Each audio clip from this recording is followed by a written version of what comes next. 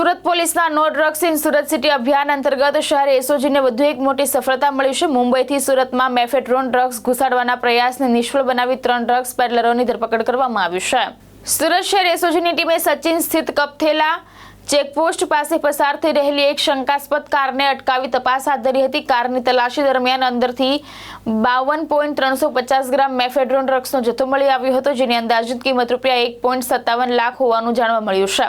પોલીસે આ મામલે દાનિશ ઉર્ફે દાનિશ હારૂન કુરેશી, સૈયદ ઝહીર હુસૈન, મુઝફ્ફર હુસૈન અને મનોજ શ્રાવણ ચૌધરી નામના 3 આરોપીઓની ધરપકડ કરી છે। આરોપીઓ પાસેથી ડ્રગ્સ ઉપરાંત કાર સહિત કુલ ₹8,60,000નો મુદ્દામાલ કબજે કરવામાં આવ્યો છે।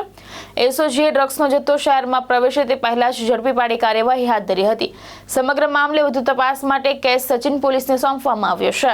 એસઓજીને એક માહિતી હતી કે મહારાષ્ટ્ર મુંબઈથી સુરતની અંદર એમડી ડ્રગ્સ ઘુસાડવાનો એક કારસો રચાઈ રહ્યો છે। એસઓજીને ઇન્ફોર્મેશન મળતા કપલેતા ચેકપોસ્ટ ખાતે એસઓજીની ટીમ ગઈકાલે રાત્રે હાજર હતી। તે દરમિયાનમાં એક હુન્ડાઈની ગાડી ત્યાંથી નીકળી અને તેને ચેક કરતા તેની અંદરથી 52.350 ગ્રામ એમડી કે જેની કિંમત ₹1,57,000 થાય છે અને ગાડી સહિત ટોટલ મુદ્દામાલ જે છે 8,60,550નો થાય છે એ જપ્ત કરવામાં આવ્યો છે।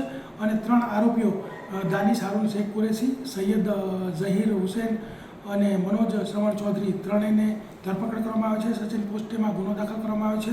આ ત્રણેય આરોપીઓનો ઇતિહાસ એવો છે કે અગાઉ પણ સચિન પોસ્ટેમાં આ ત્રણેય વિરુદ્ધમાં NDPSનો ગુનો દાખલ કરવામાં આવ્યો છે। ભાવેશ ઉપાધ્યાય, દ્રષ્ટિકોણ ન્યૂઝ, સુરત।